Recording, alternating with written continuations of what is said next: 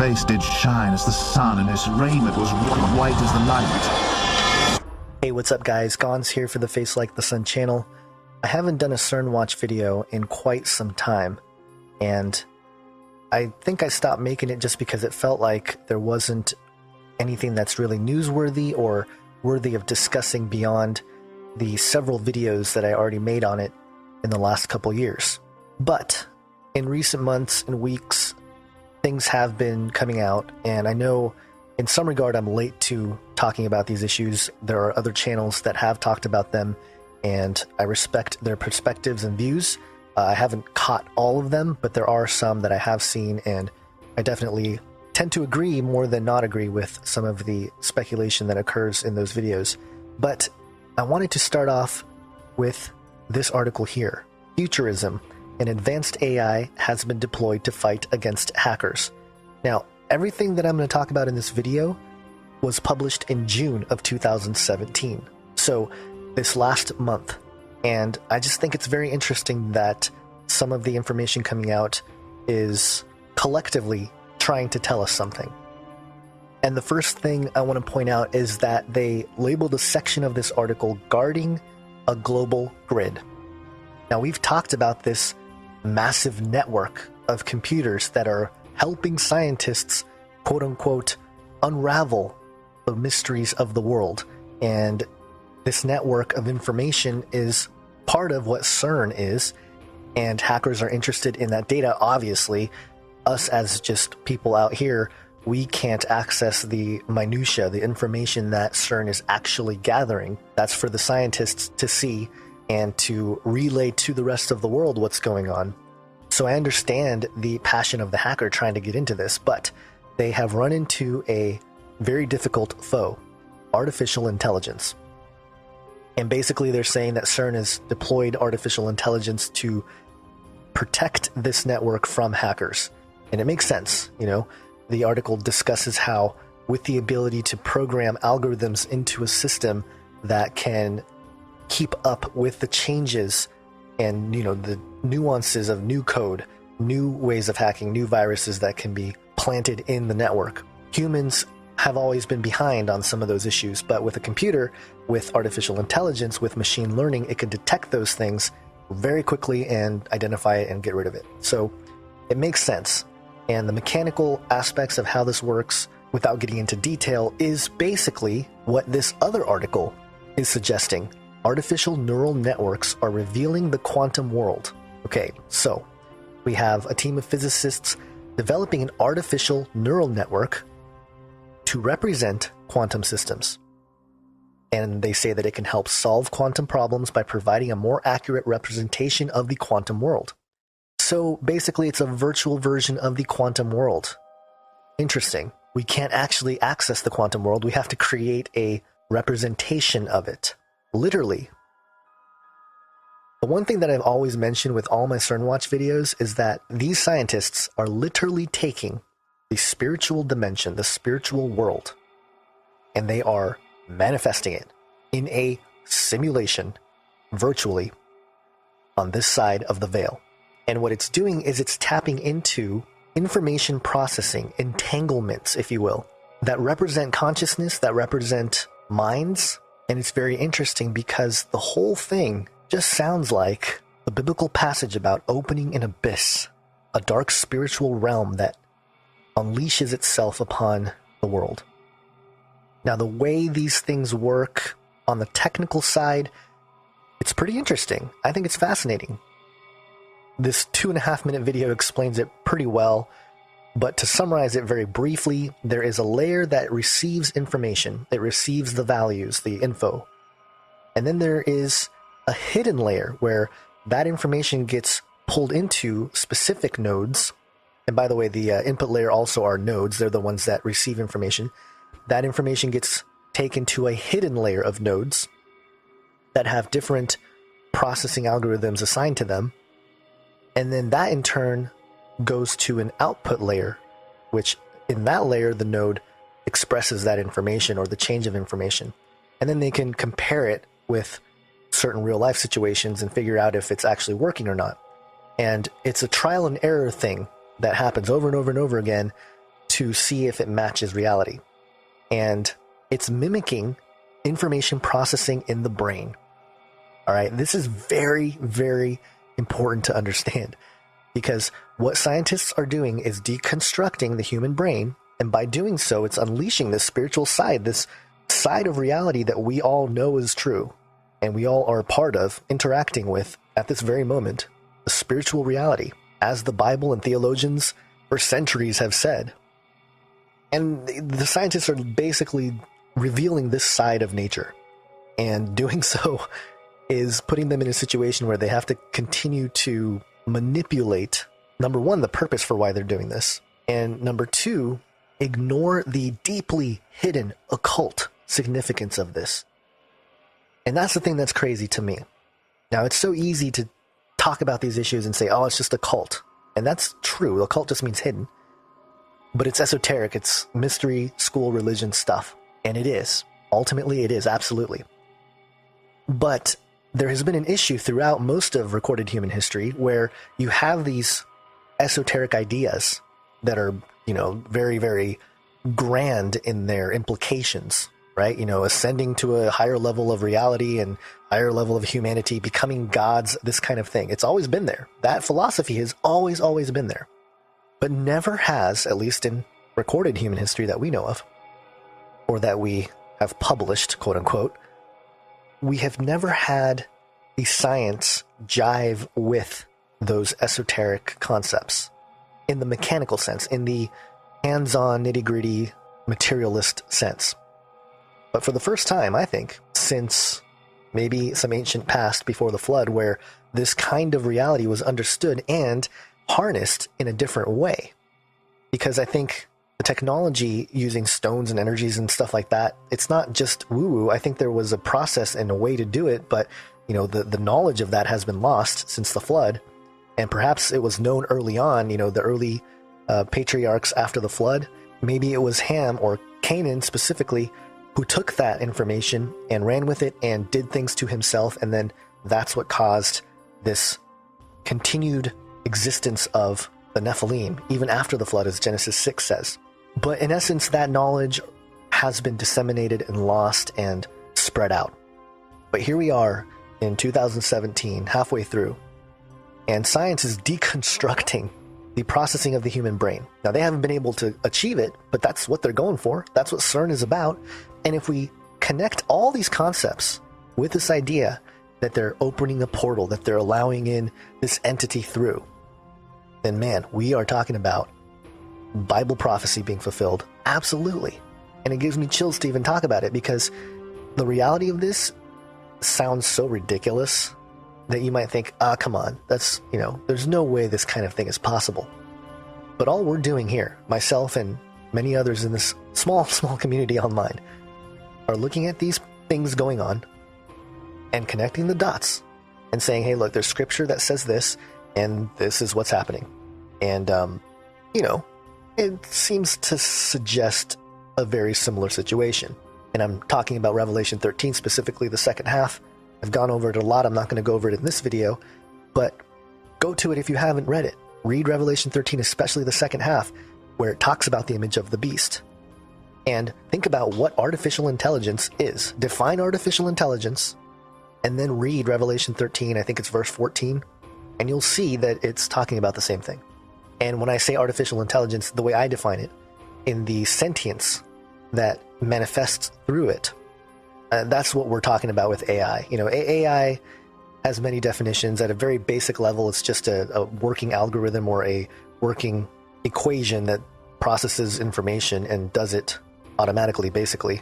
And there's not much to it. It's not very smart. There is no level of intelligence to it. It's just mechanical. But there's that threshold where that no longer applies. It's not just mechanical workings. It becomes this level of consciousness and awareness. And when I say consciousness, I don't mean it in the New Age sense. I mean it in the sense of our experience, our existential experience. And the way this thing is going to manifest with the mark, I'm starting to think it's going to be way, way more intrusive. And not just in a sense of like, hey, I'm not going to take the mark. It's going to, I think, be more like, we got to run from this thing. We got to really get away from this technology once it becomes quote-unquote alive. And the reason why I'm starting to think that is because of stories like this. Another futurism article, again published in June 19th. Google announces new API that can detect and identify objects using images. Now, an API is basically a set of rules and tools to help build software, and now Google is having this open source thing, just like the whole open source blockchain revolution that's happening now, but it's going to integrate things like facial recognition, landmark detection, and identifying objects in the real world to basically continue to digitize everything. Now, this digitization of the real world becomes very useful in predictive models and things like that, to where, how will reality turn out if we do this? And the better the systems work, the better humans will be able to use it to predict an outcome of reality. So it's really this kind of a magic box. It's really the genie in the bottle, where you're able to take the real world around you, get all the information, and then simulate some sort of outcome and then project it back into reality. Now, they've, I think, already done this in a larger sense, and I think part of the Mandela effect in the psychology of what happened to people with that PSYOP is exactly that. They knew that it would mess people up in the head because the simulation models showed that. And so that's just my opinion. I don't have like hard proof. That's just how I feel about the whole thing based on the logic that was presented with the quote-unquote evidence of the Mandela effect. And I think, sadly, and I say this with just being honest here, I'm not trying to offend anybody, but I really think that there is a level of PSYOP there where the powers that be tried to actually psychologically manipulate certain people, a group of people within the conspiracy world who are onto truth. We're all sniffing the truth out, and we're pretty close, and so they had to mess with us, right?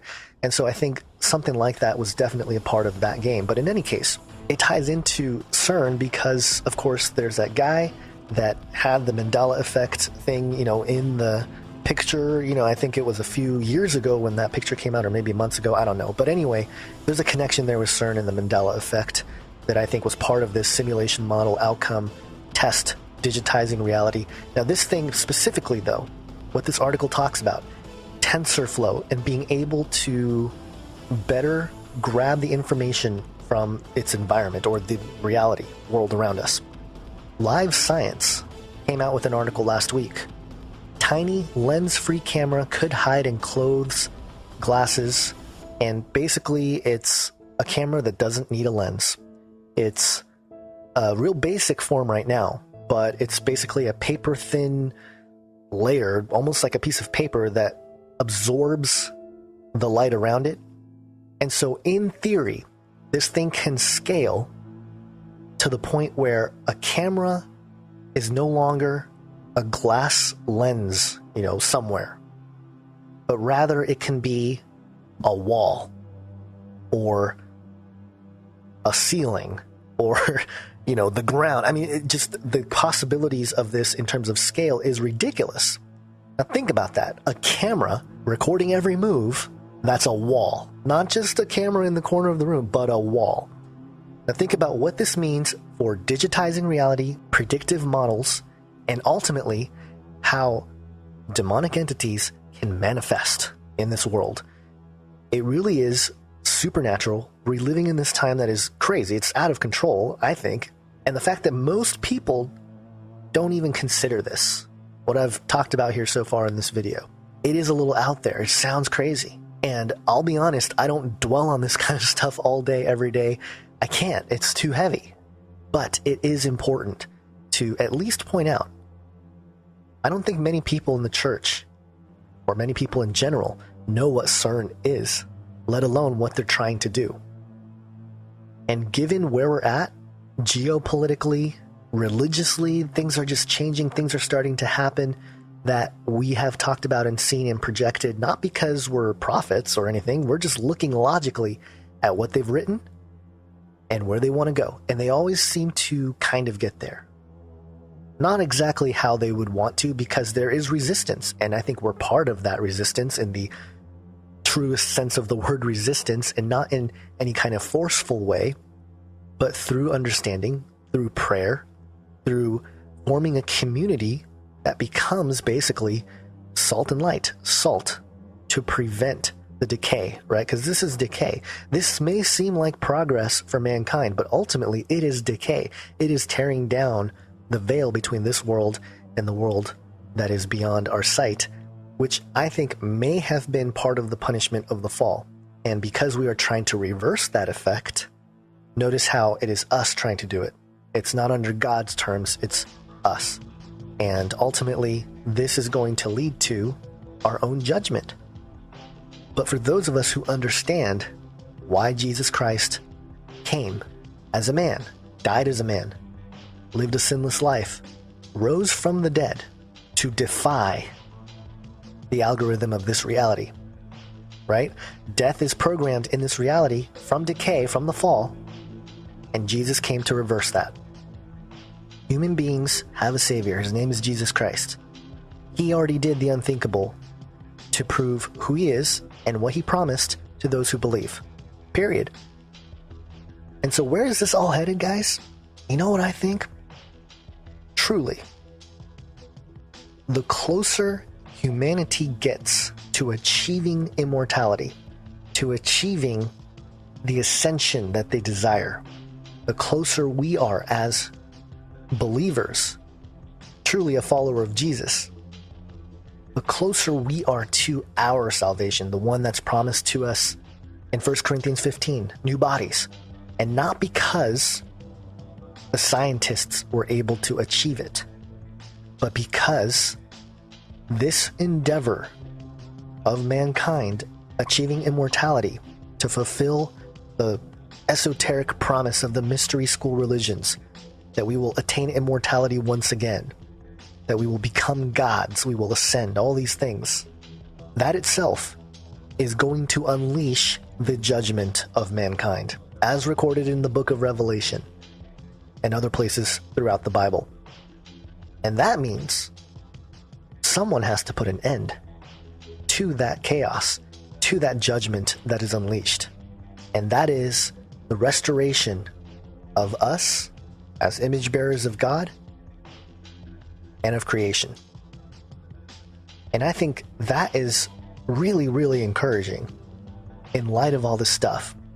And so I want to end this video by just telling you guys that the Cern thing, it seems terrifying, especially when we start talking about demons in Revelation 9 and, the Nephilim are returning and, perhaps they have Nimrod's DNA and they're going to infuse Nimrod and resurrect him as part of, the eighth king that's talked about in the book of Revelation, chapter 17. And if you think about it, those things manifesting in reality have always been very, very creepy ever since it was written. But now we live in this time where it doesn't sound all that crazy, especially given where science is headed. So there's a hopeful end to this ultimately.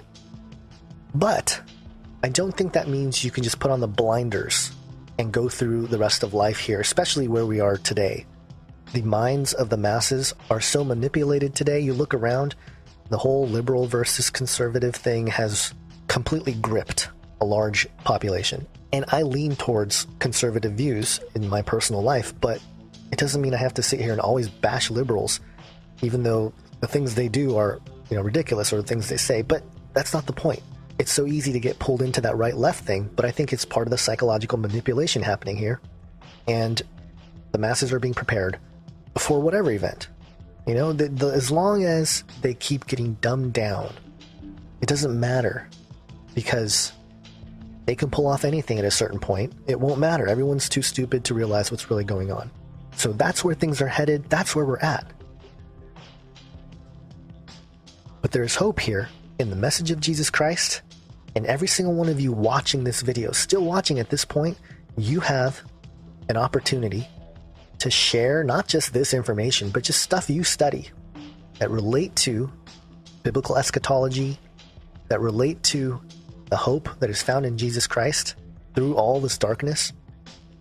You have an opportunity to share that in a unique context to a generation that is absolutely steeped in technology.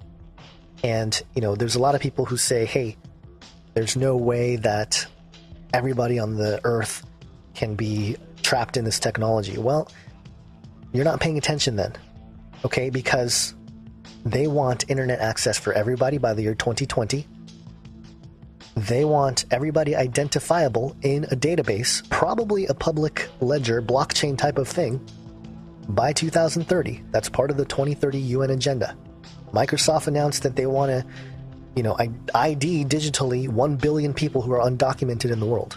All right, this is absolutely really happening.